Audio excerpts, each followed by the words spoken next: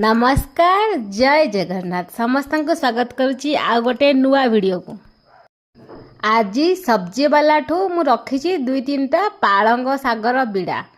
चलतु आज से किसी बनइबा से साग पालंग पराठा पालक पालक पनीर यही सब बनइबानी। आज मु यूट्यूब रे गोटे वीडियो देखी तार ना है पालक पाचिड़ी। एटा आंध्रा स्टाइल रो खाइबा गोटे मु यूट्यूब देखिए बनाऊँगी। तेणु जदि कहीं आंध्रा पिला अच्छा प्रोनाउंसिएशन मु भूल करुच्ची ताहले आपण करेक्ट करेंगे। आउ रेसिपी ठीक अच्छे ना देखिए कहींपारे। प्रथम आम छोट छोट कटा होता दुईटा पियाज 7-8टा रसुण कूला आउ ता सहित टमाटर को लंका गुंड देके ग्राइंडर करदे। आंध्रा रे बहुत स्पाइसी खाती तेणु टिके लंका गुंड को ग्राइंडर कराब। तापर आमर पालक को काटिदबा। एटी पालक को मु 2-3 थर धोई देइची सब अलिया बाहर कर देइची। आता गोटी गोटी करी बाछी साइज करके पुणी रखीची।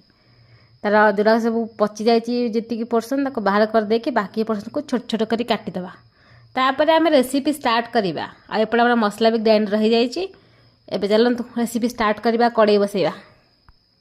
आम ओडिशा रे जेमती में 5 फुटण यूज करती सेमती आंध्रा रे जीरा सोरिष बुट डाली आउ धड़ा बिर डाली को यूज करती फुटण हिसाब से। तेल बसैकी लंका सहित सुखला लंका सहित ताको पकईदेवा। तापर जो मसला बाटिकी आम रखी ताको पकईदेवा।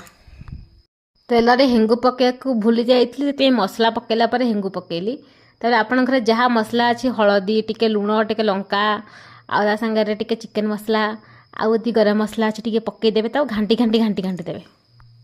ए मसला को आम जमी चिकेन कि मटन कषिला बेले बहुत समय जाके कसती ताको भलसे सेमती कषि कषि देवे। आ दरकार हम यदि पानी देवे। तापरे से मसला तेल पानी मरीज ड्राए ड्राए हो तेल छाड़ीज। तापर आम पालंग शाग को पकईदेवा छोट छोट जो काटिकी रखी। तापर ताको मिक्स करके घोड़े देवा।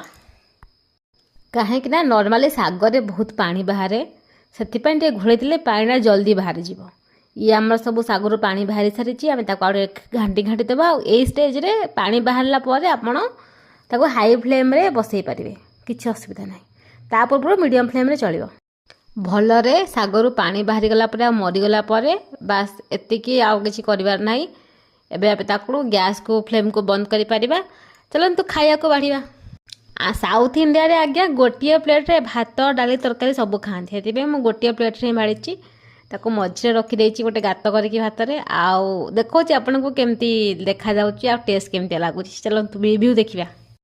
भात हो कि रोटी आपन उभय सहित खाई परिबे। याको भात ऊपर पालक पाचिड़ी को रखिकी ता ऊपर टिके घी को स्प्रेड करी खाते। किंतु मु घी खाएनी